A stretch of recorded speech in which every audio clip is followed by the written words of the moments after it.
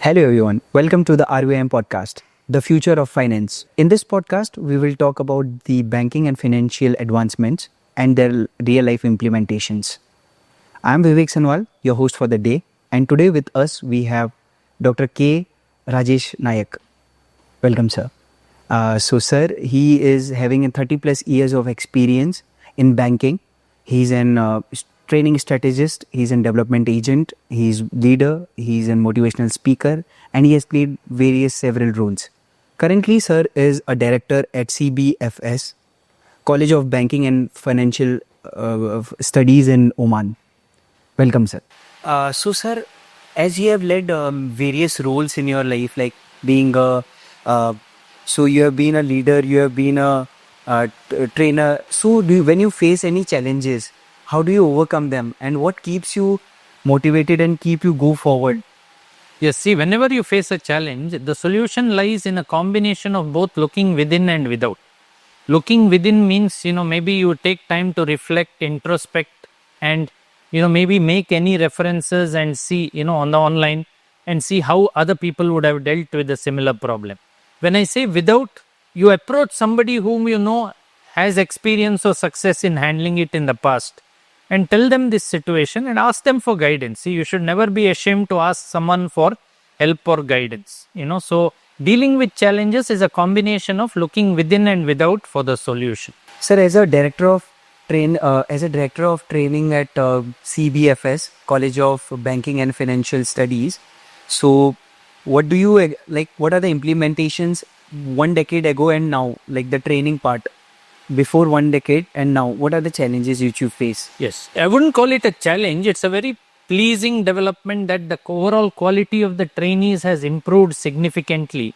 And now, with information available at their fingertips, the trainers have to be on their toes to ensure that the information they provide is both accurate and relevant.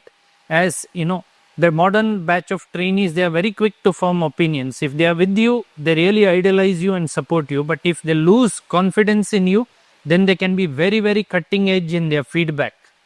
So it's very important that the trainers be on their toes to cater to this new breed of trainees who have all the information on the fingertips at just the ping of a phone.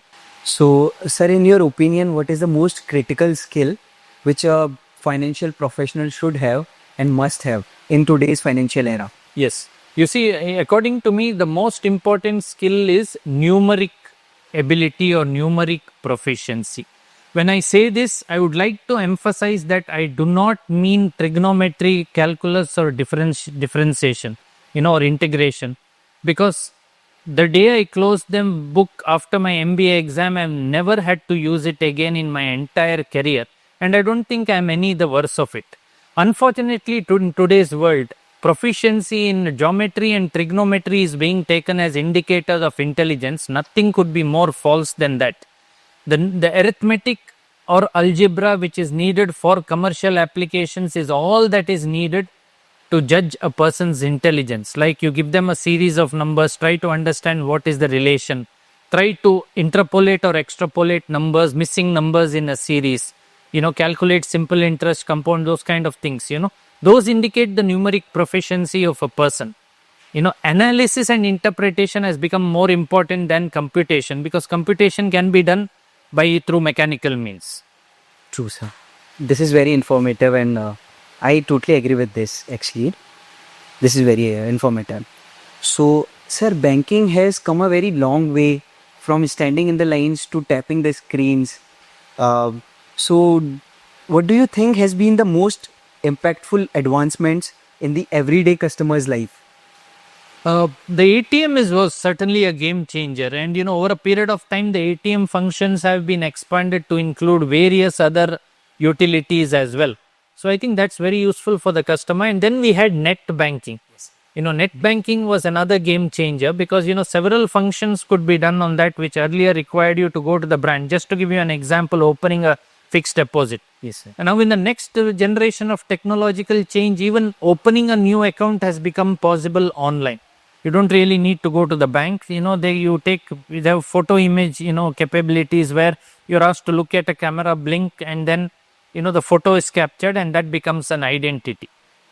And along with that, you can upload your identity documents and have your account opened without ever visiting a branch. So I think these are all areas where the customer has been significantly and positively impacted over the years. Sir, on the same line, I would like to ask you, with the rising customer expectations, with the speed, ease, and personalization, how well do you think like banks are able to adapt these new advancements? See, here banks are recruiting more on the basis of IQ. The recruitment needs to move from IQ towards EQ, emotional quotient, because dealing with customers requires a very high level of emotional maturity given the high expectations. And I think that makes all the difference as far as the customer experience is concerned. So, when they're recruiting, they should recruit for attitude. Knowledge of skill gaps can be covered by training, but attitude can never be improved by training. So, according to me, the mantra is recruit for attitude, train for knowledge and skills. Sir, about fintech startups, Yeah. they are changing customers' expectations and their experience also from traditional banks. So, are fintech innovations raising the bar for the customer expectations in context of traditional banks? Yes, definitely, because banks have chosen to partner with fintechs under open banking in order to make many services available to the customer. Plus, banks are really working hard on their mobile apps, Yes. to expand the functionalities. There are banks which offer more than 200 options under mobile app. So all this was possible because of the fintech revolution, where banks realized that the Darwinian theory that if they don't adapt and innovate, they will perish. So, from a customer's perspective, how can we be sure of advancements like AI banking, digital only services, and mergers? Are these truly helping customers also, or are they only improving the bankers, or they are helping only the banks? No, as I said, anything that helps the customer to get a service cheaper, faster, and better is most welcome. And I think all this digitalization and technological revolution in banking is making life easier for the customer. But however, they have to be cautious because there are certain threats, like they should not click on any link purporting to be sent by a bank because it might be from a false address. The moment they click on it, a malicious software gets released which might extract money from their account and all that. So customers need to be more careful when using technological channels for banking. True. So, sir, having worked in India and Oman both, so what are the key differences you have observed in banking, education, and talent development across these regions? It may not be, the two markets may not be really comparable because there, localization pressures are there. So they have to increase. In Oman, for example, the localization percentage in banking is 90%, which means out of every 100 jobs, 90 are for locals and only 10 are for non-locals. So you really have to be, above average to stand out in the crowd so that, you retain your job. You need to have specialist qualifications and skills.